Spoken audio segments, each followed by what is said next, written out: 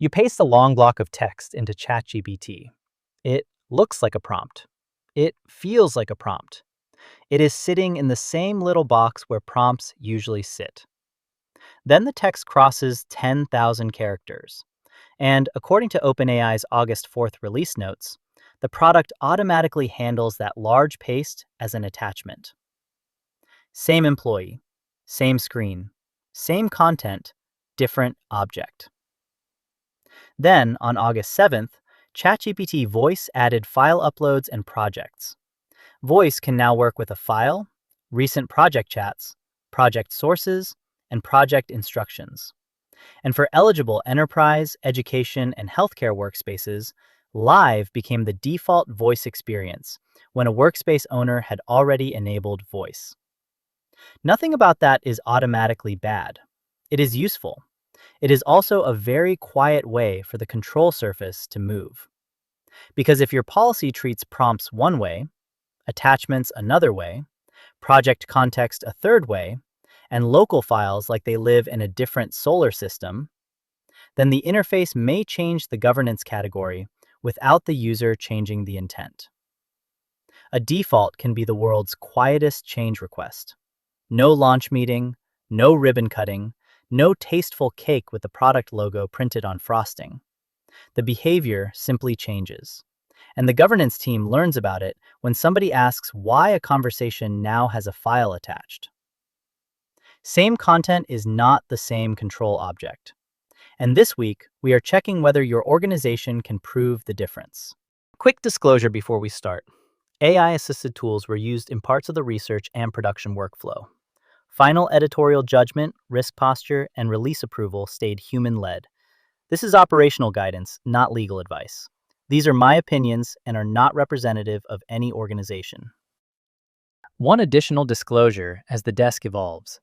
My current role includes privacy work, so you will hear me pay closer attention to purpose, access, retention, deletion, and accountability.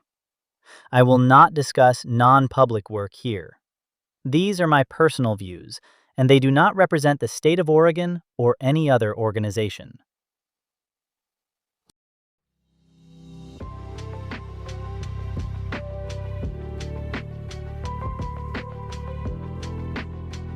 This is AI Change Desk. Thank you for choosing to tune in.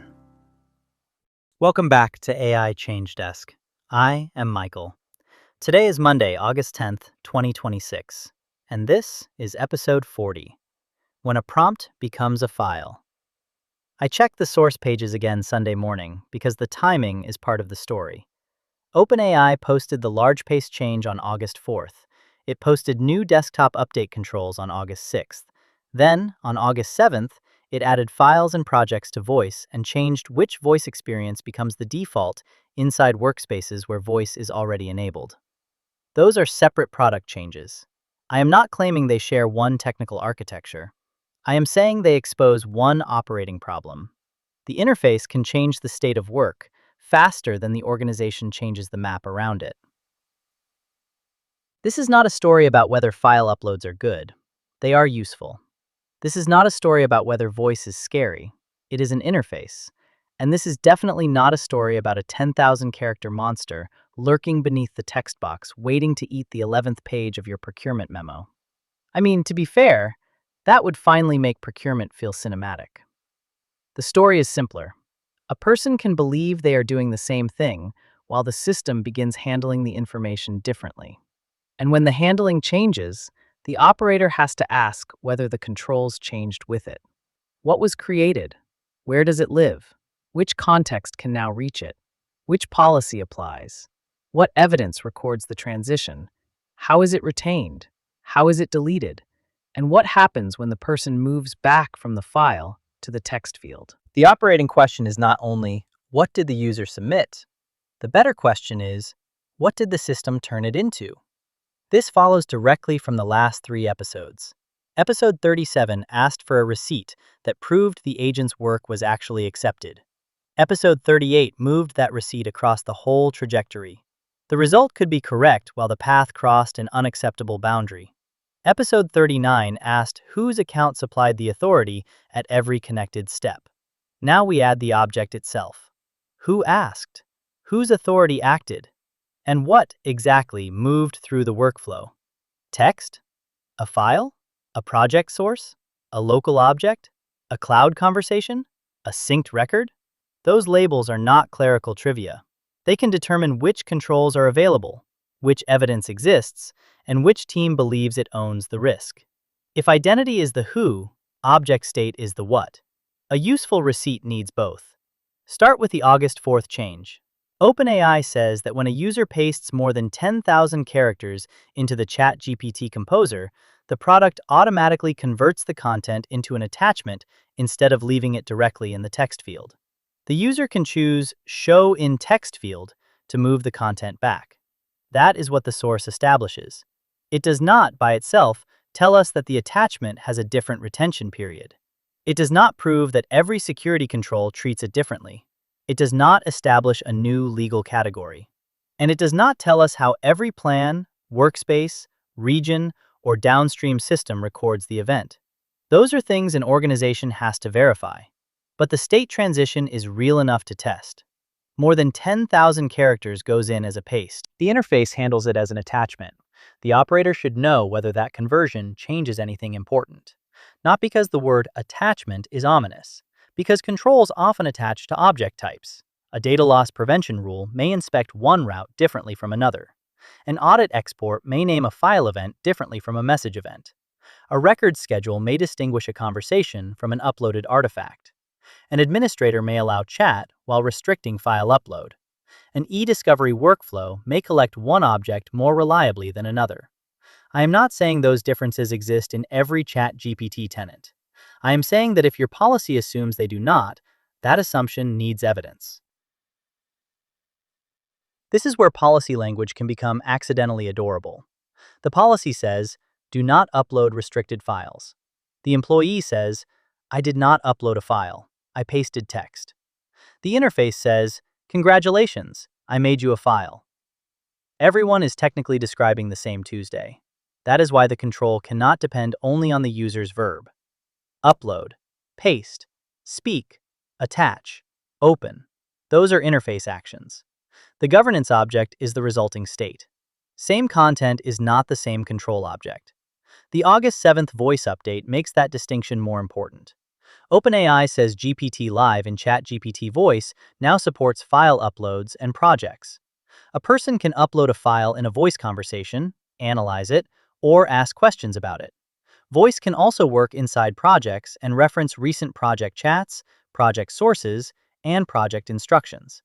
For eligible enterprise, education, and healthcare workspaces, Live is now the default voice experience. When a workspace owner enables voice, that last condition matters. The release note does not say voice is forced on everywhere. It says Live becomes the default experience inside a workspace where the owner has enabled voice. Workspace owners can disable voice. That is a feature default inside an administrative boundary. It is not the same thing as universal access. This distinction is exactly the kind of thing that gets flattened in a rollout memo. Available becomes enabled. Enabled becomes approved. Approved becomes assigned. Assigned becomes observed. And by Friday, someone has drawn a green line through all 5 words because the steering committee wanted one slide. Do not do that. Available means the vendor offers it. Enabled means a setting permits it. Approved means the organization has made a decision about use. Assigned means a particular role or person can use it. Observed means evidence shows what happened in practice. Those are 5 different receipts. If the organization has only the first one, it does not have a deployment record. It has a release note. Voice also changes the human experience of context. A file picker is visible. A project name is visible.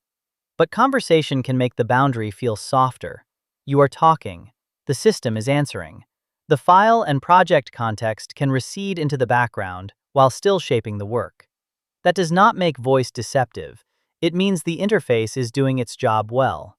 And good interface design can make governance harder, because friction was sometimes the only reminder that a boundary existed. The answer is not to make every useful feature miserable. Nobody needs a 7-screen consent ceremony to ask a spreadsheet why the totals are weird. The answer is to make the effective context visible enough that a person can make a real decision. Which project is active? Which files are available? Is this local or cloud work? Which apps or tools can the selected experience use? What permission did the person grant? What workspace role controls the feature? What will appear in recents? What evidence can an administrator review? What can the user remove? What can the organization revoke? The more natural the interface becomes, the more deliberate the context receipt has to become. OpenAI's current work guidance adds another important boundary. Cloud work chats can sync across web, mobile, and desktop. Local chats stay on the computer. On desktop, work can use local files and desktop apps with the user's permission, when the plan and workspace allow it. OpenAI says local files and outputs remain on that computer unless the user explicitly moves or shares them. Those are useful distinctions. They are also easy to lose in a sentence like, "We approved ChatGPT work." Approved for what? Cloud tasks? Local tasks? Projects? Files? Desktop apps? Voice? Scheduled work? Network access? A product name is not a data flow map, and an allow decision at the product level can be too broad to answer the privacy question. The organization needs to approve the workflow state, not merely recognize the logo. The August 6th desktop update is a useful contrast. OpenAI added a control that lets eligible enterprise, healthcare, and education administrators turn off in-app updates for supported desktop builds. The built-in updater remains enabled by default. If an organization disables it, OpenAI says that organization becomes responsible for promptly deploying releases and security fixes. OpenAI also says it does not provide version pinning, a separate stable channel, or extended support for older versions. That is not primarily a privacy announcement. It is a clean example of default state ownership. Leave the updater on, and the vendor's release rhythm reaches the desktop. Turn it off, and the organization inherits the patching obligation.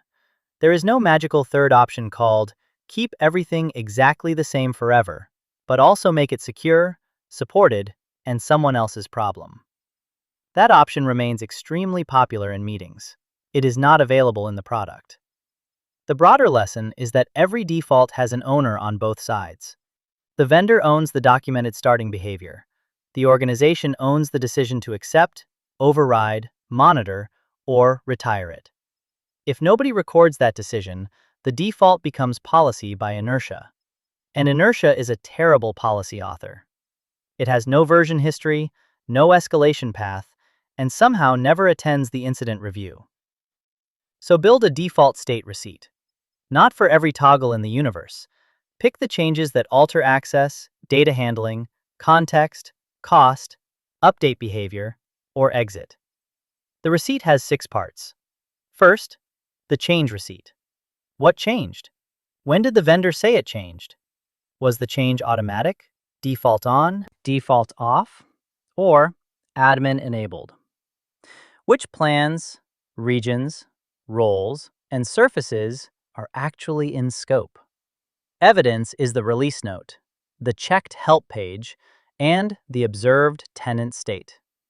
The decision rule is simple. A vendor announcement is not proof of your configuration. Second, the object receipt. What did the user's action create? Message text? Attachment? Project source? Local file? Cloud chat? Generated output? Record the state before and after the interaction. Evidence is the user-visible object, audit event, export, or tested administrative record. If the team can describe only what the person intended, but not what the system created, the workflow is not mapped. Third, the context receipt. What could the experience see at that moment? Which project? Which recent chats? Which files? Which apps? Which local folders? Which network route? Evidence is the effective context, not the list of things the product could theoretically support. If the operator cannot reproduce the context, the result cannot be fully reconstructed. Fourth, the control receipt. Which setting enabled the feature? Which role assigned it? Which data policy applied? Which permission did the person grant? Which actions still required confirmation? Evidence is the effective role and policy state bound to the time of the run. A screenshot from last quarter is not enough. That is a memory. We need evidence. Fifth, the lifecycle receipt. Where is the object retained? How can it be found? How can it be exported? How can it be deleted? What happens when a project closes, a role changes, a user leaves, or the feature is disabled? Do not infer these answers from the word local, cloud, project, or attachment. Test them in the plan and workspace you actually use. Sixth, the communication receipt. What does the user need to know before the interface changes the state of the work? Not a 40-page policy. One plain sentence. For example, large pastes may become attachments. Use only information approved for file handling, and verify the resulting object before you continue. That sentence may need to be different in your environment. The point is to tell people about the meaningful transition, not every pixel on the screen. Here is what this looks like in a normal week. Monday, a policy analyst pastes a long draft into ChatGPT to ask for a cleaner summary. The interface converts it into an attachment. Tuesday, the analyst opens a voice conversation inside a project and asks follow-up questions while reviewing the draft. Wednesday, a teammate joins the work and assumes the source is ordinary conversation text. Thursday, a privacy reviewer asks whether the file, the project source, and the conversation follow the same retention and deletion path. Friday, everyone discovers that the policy says approved prompts and approved file uploads, but never says who verifies an automatic conversion between them. Nothing dramatic happened. No breach headline, no villain, no robot delivering a monologue about the weakness of human records management. Just one interface transition, and 5 people using the same nouns differently. That is how control gaps usually arrive. Quietly, politely, with a helpful tooltip. So here is the Monday action block. Pick one workflow where people paste, upload, speak, or open project context in an AI tool. Just one. Use 45 minutes. Minute 0 to 8. Reproduce the workflow with non-sensitive test data. Capture what the user does and what object the system creates. Minute 8 to 18. Map the effective context. Project, files, recent chats, local or cloud state, apps, tools, network access. Minute 18 to 28. Check the effective controls. Role, feature setting, file permission, data rule, action confirmation, audit event. Minute 28 to 36. Test the lifecycle. Find the object, export it if appropriate, remove it, revoke access, confirm what remains. Minute 36 to 42. Write the default state receipt. Change, object, context, control, lifecycle. Minute 42 to 45. Send one plain language note to the people who use the workflow. What changed? What is allowed? What to check? Who owns the exception? Then track 5 numbers for 1 month. Automatic conversions observed. Unmapped object types. Roles with access that nobody explicitly approved. Deletion or revocation tests that failed. And the time between a vendor default change and an organizational decision. Those are not vanity metrics. They tell you whether the operating map is keeping up with the interface. The deeper point is not that software should stop helping us. The point is that helpful transformations still need accountable boundaries. A prompt can become a file. A voice conversation can inherit a project. A local task can stay local. A cloud task can sync. An updater can stay automatic, or the organization can take ownership of the patch rhythm. each choice can be reasonable. The failure is pretending the choices are the same. Episode 39 ended with the credential. The agent had a name. The credential carried the authority. Episode 40 adds the object. The person had an intent. The interface created a state. The receipt has to connect them. Same content is not the same control object. Do not govern only what the person typed. Govern what the system created, what context could reach it, and how the organization proves the object left when the work was done. That is the check for this week. One workflow, one state transition, one receipt. Fix the map before the default writes the policy for you. This is AI Change Desk. I am Michael. If this episode gave you a useful question, send it to the person who owns your workspace settings, your record schedule, or your privacy review, preferably before the helpful tooltip becomes the operating model. I will see you next Monday.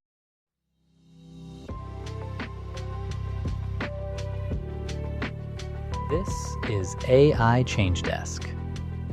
See you next time.